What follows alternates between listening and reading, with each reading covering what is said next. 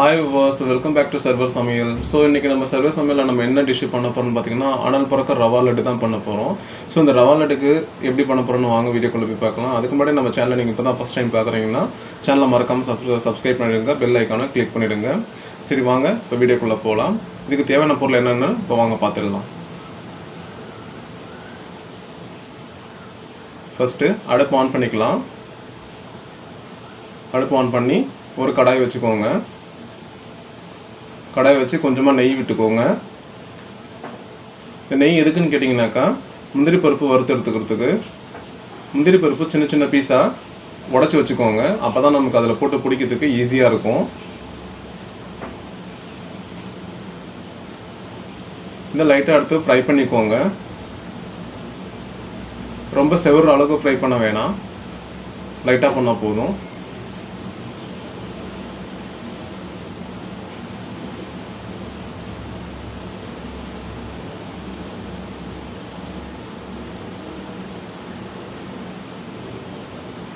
Okay, ஓரளவுக்கு நல்லா fry ஆயிடுச்சு.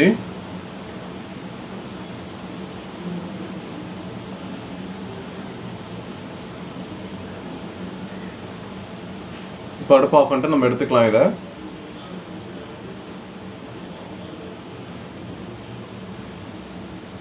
அடுத்தது வேற ஒரு கடாய் வச்சுக்கலாம்.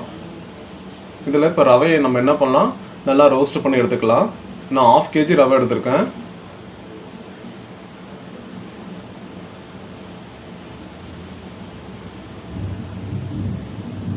நமக்கு வந்து ரவை வந்து ரீஃபில் பேக்கில் மோஸ்ட்லி எல்லாமே பார்த்தா ரோஸ்ட் பண்ணி தான் வந்திருக்கும். சப்போஸ் இல்லைன்னா இது வேற ஒரு பிளேட்டில் சேஞ்ச் பண்ணிக்கலாம்.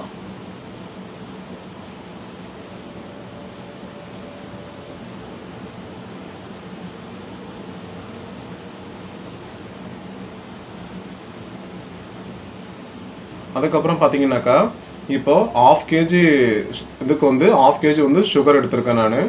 அது ரேஷியோ ஆஃப் தான். இது ரெண்டுத்தையும் வந்து அரைச்சிக்கலாம், நல்லா பவுடராக அரைச்சிக்கலாம். சுகரை தனியாக பவுடராகவும் ரவை தனியாக பவுடராகவும் அரைச்சி எடுத்துக்கலாம். நம்ம நீங்கள் மிஷினில் கொடுத்து கூட அரைச்சிக்கலாம், இல்லைனா மிக்சியில் கூட போட்டு அரைச்சிக்கலாம், ஒன்றும் பிரச்சனை இல்லை.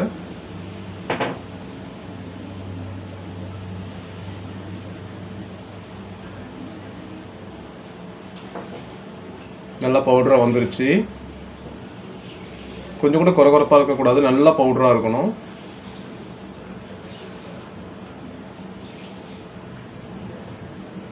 இது கூட ஏலக்காய் போட்டு அரைச்சி பாருங்கள். ஏலக்காய் போட்டு அரைச்சி எடுத்துக்கோங்க. இப்போ மாவு கூட போட்டு அரைச்சிக்கோங்க, தனியாக அரைக்க வேணாம், ஏன்னா திப்பி திப்பியாக இருக்கும். அடுத்து ஒரு கடாய் வச்சுக்கோங்க. அந்த கடாயில் நெய் விட்டுக்கோங்க. நம்ம நெய் வச்சு தான் ஃபுல்லாக ப்ரிப்பேர் பண்ண போகிறோம். ஆனால் நெய்யை காய்ச்சி பக்கத்தில் இருக்க அடுப்பில் லைட்டாக சிம்மில் போட்டு நம்ம அதில் வச்சுக்கலாம்.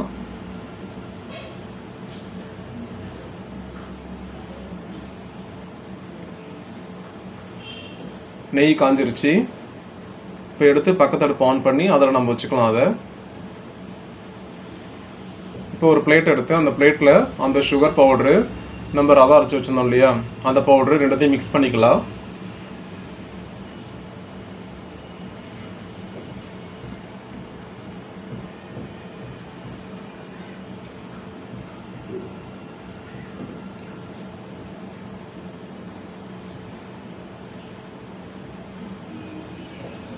நல்லா மிக்ஸ் பண்ணிட்டு நம்ம முந்திரி பருப்பு வறுத்து வச்சுருக்கோம் இல்லையா, அதையும் அது கூட ஆட் பண்ணிக்கலாம்.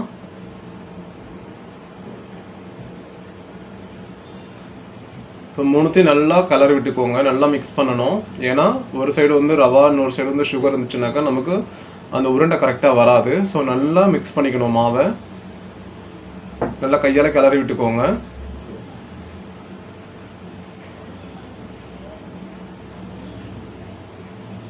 ஓகே, கலரியாச்சு.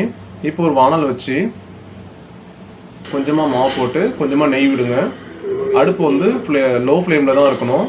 இப்போ ஒரு கரண்டி வச்சு நல்லா மிக்ஸ் பண்ணுங்க.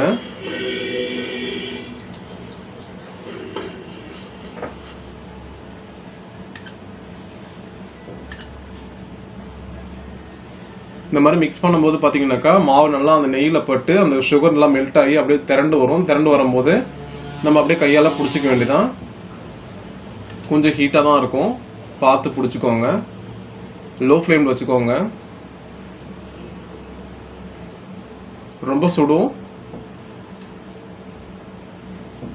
பட்டு பட்டுன்னு பிடிக்கணும். கொஞ்சம் கூட நீங்கள் டைம் எடுத்தீங்கன்னாக்கா அப்படியே அது ரொம்ப ஹார்ட் ஆயிரும். நல்லா டைட்டாக இறுக்கமாக பிடிச்சிக்கோங்க உருண்டையை.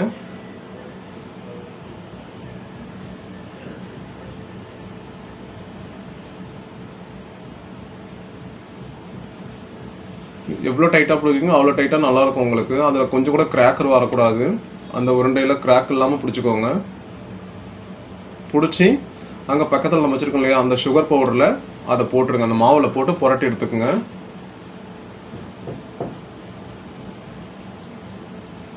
இதே மாதிரி நம்ம எல்லாத்தையுமே எல்லா மாவையும் உருண்டை பிடிச்சி எடுத்து வச்சுக்கலாம். இப்போ நம்ம சுவையான ரவா லட்டு ரெடி ஆயிடுச்சு. வாங்க சர்வ் பண்ணலாம். இப்போ தான் நம்ம சேனலை நீங்கள் ஃபஸ்ட் டைம் பார்க்குறீங்கன்னா மறக்காமல் சேனலை சப்ஸ்கிரைப் பண்ணிவிடுங்க. இந்த வீடியோ உங்களுக்கு பிடிச்சிருந்ததுனாக்கா உங்கள் வீட்டில் சமைச்சு பார்த்துட்டு கமெண்டில் சொல்லுங்கள். உங்கள் ஃப்ரெண்ட்ஸ்க்கெல்லாம் ஷேர் பண்ணிவிடுங்க. ஓகே, பாய் பாய்.